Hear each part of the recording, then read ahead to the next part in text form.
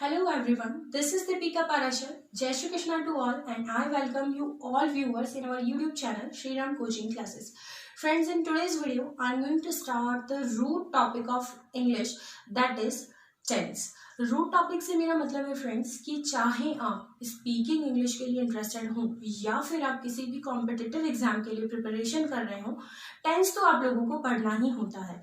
और अगर मैं बात करूं राजस्थान के एक्सपेक्टेड अपकमिंग एग्जाम्स के बारे में, तो रीड के लिए आप लोगों को लैंग्वेज फर्स्ट में टेंस पढ़ना है, और जहां मैं बात करूं पटवार के लिए तो आप लोगों को एरर फाइंडिंग के लिए आप लोगों को टेंस पढ़ना होगा। लेकिन टेंस स्टार्ट करने से पहले 3 से 4 बेसिक चीजें जैसे कि verb, person, number, kinds of sentences, ये बेसिक चीजें ऐसी है फ्रेंड्स जिनकी बात मैं टेंस से पहले इस वीडियो में करना चाहूंगी। ये इसलिए जरूरी है फ्रेंड्स कि ये जितने भी वर्ड्स हैं ग्रामर के टेंस में ही नहीं, ग्रामर के जो अदर टॉपिक्स आप लोगों को आगे देखने को मिलेंगे उनमें बार बार ये वर्ड्स रिपीट होते हैं, तो आप लोग टॉपिक में जाकर के ना अटकें। इसीलिए वीडियो में स्टार्टिंग में ही आप लोग इन चीजों को लेकर के कॉन्सेप्ट क्लियर रखें, तो आप लोग टॉपिक इजीली सीख पाएंगे। चलिए स्टार्ट करते हैं हमारा टेंस का टॉपिक बेसिक चीजों को सीखने के साथ में। तो फ्रेंड्स, जब भी हम लोग टेंस के बारे में बात करते हैं सबसे पहली लाइन हमारे पास में ये आती है, tense is a form of verb, यानी कि फॉर्म ऑफ वर्ब के ऊपर पूरा का पूरा टेंस टिका हुआ होता है। तो इसमें दोनों चीजें आप लोगों को पता होनी चाहिए कि वर्ब क्या होती है और वर्ब की फॉर्म्स कितनी होती हैं या क्या होती हैं। वर्ब के लिए मैं बात करूं तो verb is that word in your sentence which has an action और अ स्टेट, यानी कि आपके वाक्य में क्रिया वो शब्द होती है जिसमें किसी कार्य का करना या होना पाया जाता है। जैसे कि एग्जाम्पल हम देखते हैं, ही प्लेज फुटबॉल। इन तीनों वर्ड्स में आप लोगों को दिखाई दे रहा होगा कि कोई भी एक्शन यानी कि गतिविधि किस शब्द के अंदर हो रही है। ही में कोई एक्टिविटी नहीं है, फुटबॉल में कोई एक्शन नहीं है, एक्शन आपको दिखाई दे रहा है प्ले के अंदर, तो प्ले है हमारी वर्ब। अब हम जानते हैं कि वर्ब की फॉर्म्स कौन सी होती हैं। जैसे कि यहाँ पर आपको दिखाई दे रहा है V1, V2, V3, V4, V5। Student life से, स्कूल लाइफ से हम लोगों को इन नामों के बारे में पता होता है, जैसे कि first form of the verb, second form of the verb, ये तो सभी जानते हैं। लेकिन इन वर्ब से जुड़े हुए कुछ ऐसे नाम भी होते हैं जो आपके एग्जाम पॉइंट ऑफ व्यू की अकॉर्डिंग इम्पोर्टेंट हो सकती है। चलिए अब हम देखते हैं इनको थोड़ा और विस्तार से। First form of the verb, second form of the verb, third form of the verb, इन नामों के बारे में तो सभी कोई जानता है, लेकिन इनसे जुड़े हुए कुछ ऐसे नाम भी होते हैं जो आपके एग्जाम पॉइंट ऑफ व्यू की अकॉर्डिंग इम्पोर्टेंट हो सकते हैं। तो जानते हैं इनके और नाम के बारे में। जैसे कि V1 यानी कि first form of the verb को बेस फॉर्म या फिर प्रेजेंट फॉर्म के नाम से भी जाना जाता है। V2 यानी कि वर्ब की second form of the verb को हम जानते हैं पास्ट फॉर्म के नाम से। वर्ब की थर्ड फॉर्म यानी कि V3 को हम जानते हैं पास्ट पार्टिसिपल के नाम से, पास्ट पार्टिसिपल। V4, पहले तो मैं आपको बता दूं कि V4 होता क्या है। V4 होता है फ्रेंड्स V1, यानी कि बेस फॉर्म या प्रेजेंट फॉर्म में जब आप ing ऐड कर देते हैं तो ये फॉर्म जो है आपका V4 बन जाता है, और इसको जाना जाता है प्रेजेंट पार्टिसिपल के नाम से, प्रेजेंट पार्टिसिपल। और V5 ये होता है फ्रेंड्स जिसको जाना जाता है टू प्लस इन्फिनिटिव। अब इन्फिनिटिव क्या होता है? इन्फिनिटिव का मतलब होता है कि टू के साथ में जब कोई ऐसी वर्ब लग जाती है, यानी कि टू प्लस जब कोई ऐसी वर्ब लग जाती है तो सेंटेंस में ये वाली जो वर्ब होती है उसमें आपके सेंटेंस में जो भी जेंडर यूज किया गया है या जो भी सब्जेक्ट का नंबर है या फिर जो भी टेंस उसमें यूज हो रहा है उसके अकॉर्डिंग इस वर्ब के ऊपर कोई भी इफेक्ट या प्रभाव नहीं पड़ता है और वही फॉर्म आपकी V5 या फिर 2+ इंफिनिटिव फॉर्म कहलाती है। तो फ्रेंड्स, ये हमने देखा फॉर्म ऑफ द वर्ब के बारे में। अब मैं बताती हूँ क्वेश्चन कैसे आप लोगों को पुट किया जा सकता है एग्जाम में। जैसे कि यहाँ पे स्क्रीन पे आप क्वेश्चन देख रहे हैं कि she has completed the work, और यहाँ पर कंप्लीटेड को अंडरलाइन किया गया है, यानी कि आप लोगों को इंस्ट्रक्शन दिया जाएगा कि which form of the verb is used in the underline word, और ऑप्शंस आपको दिए जाएंगे जैसे present form, past form, past participle या प्रेजेंट पार्टिसिपल।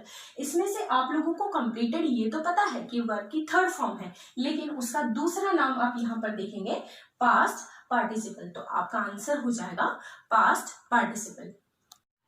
चलिए अब हम बात करते हैं दूसरी बेसिक चीज जो कि है पर्सन, और ये चीज आपकी जब ट्रांसफॉर्मेशन के सेंटेंस आते हैं, जैसे कि एक्टिव से पैसिव बनाना या फिर डायरेक्ट से इनडायरेक्ट बनाना, और टेंस में तो खासकर यूज आना ही है आपके। Person, there are 3 kinds of person. First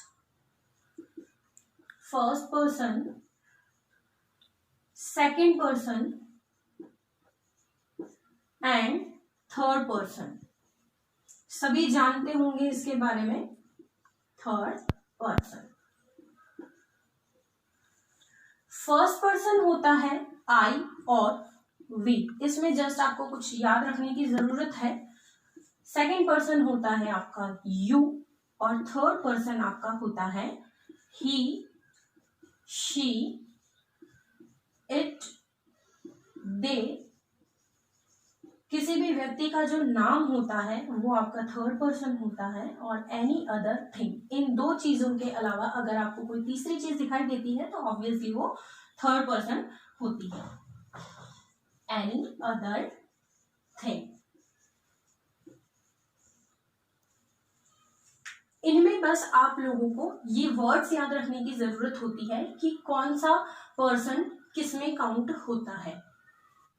अब बात करते हैं हमारी लास्ट बेसिक थिंग जो कि है काइंड्स ऑफ सेंटेंसेस, और आपके टेंस के लिए ये बहुत जरूरी है। यहाँ पर हम देखते हैं पहला काइंड अफर्मेटिव यानी कि सकारात्मक, दूसरा है नेगेटिव यानी कि नकारात्मक, और तीसरा है प्रश्नवाचक यानी कि इंटेरोगेटिव। अफर्मेटिव सेंटेंस वो होते हैं फ्रेंड्स जिनमें सकारात्मकता या फिर साधारण तथ्य या कथन यानी कि स्टेटमेंट बेस्ड सेंटेंसेस जो होते हैं वो आपके अफर्मेटिव सेंटेंसेस कहलाते हैं। नेगेटिव, जहां पर आपको नेगेटिविटी या जिस सेंटेंस में आपको नकारात्मकता या कोई भी नेगेटिव वर्ड मिलता है, जैसे कि नॉट हो गया, नेवर हो गया, इस तरीके के सेंटेंस आपके नेगेटिव सेंटेंसेस कहलाते हैं। तीसरा है आपका इंटेरोगेटिव सेंटेंस यानी कि प्रश्नवाचक। बहुत ही अच्छी पहचान है इसकी, ये प्रश्न पूछता है और इसके एंडिंग में आपको क्वेश्चन मार्क लगा हुआ दिखाई देता है। आइए अब हम बात करते हैं इनके स्ट्रक्चर के बारे में, जो कि आपके टेंस और ग्रामर के लिए बहुत ही ज्यादा इंपॉर्टेंट है। देखते हैं स्ट्रक्चर के बारे में।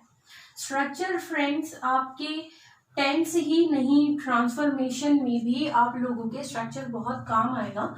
अफर्मेटिव का देखते हैं हम कि अफर्मेटिव वाक्य या सेंटेंस जो होता है वो बनता कैसे है। इसमें सबसे पहले आपका subject plus helping verb plus main verb plus object, ये स्ट्रक्चर आपका होता है और सबसे ज्यादा प्रेजेंट सिंपल में यही काम आता है, और इससे क्वेश्चन भी बहुत ज्यादा पूछे जाते हैं एग्जाम में। स्ट्रक्चर बहुत इंपॉर्टेंट है, लिख लीजिएगा। नेगेटिव यानी कि नकारात्मक, जैसे कि मैंने आप लोगों को बताया था कि इसके अंदर आपको नकारात्मकता दिखाई देती है या फिर कोई नेगेटिव वर्ड आप लोगों को इसमें दिखाई देता है, यानी कि जो भी नेगेटिव वर्ड ज्यादातर यूज किया जाता है वो आपके हेल्पिंग वर्ब और मेन वर्ब के बीच में लिखा जाता है। ये स्ट्रक्चर होता है आपके नेगेटिव सेंटेंसेस का। अब देखते हैं हम इंटेरोगेटिव सेंटेंस। इंटेरोगेटिव सेंटेंसेस यानी कि जो क्वेश्चन पूछे,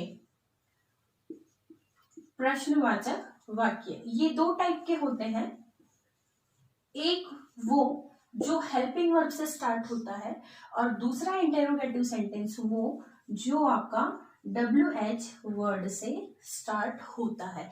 स्ट्रक्चर बहुत ही सिंपल है फ्रेंड्स इसका, जैसे कि कोई भी WH word plus helping verb plus subject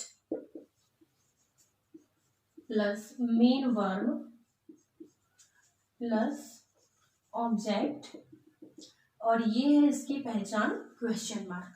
तो दोनों में से दो टाइप के होते हैं ये। अगर आप लोगों को हेल्पिंग वर्ब से स्टार्ट करके क्वेश्चन बनाना है तो आप WH को छिपा दीजिए, आपका स्ट्रक्चर ऐसे बन जाएगा।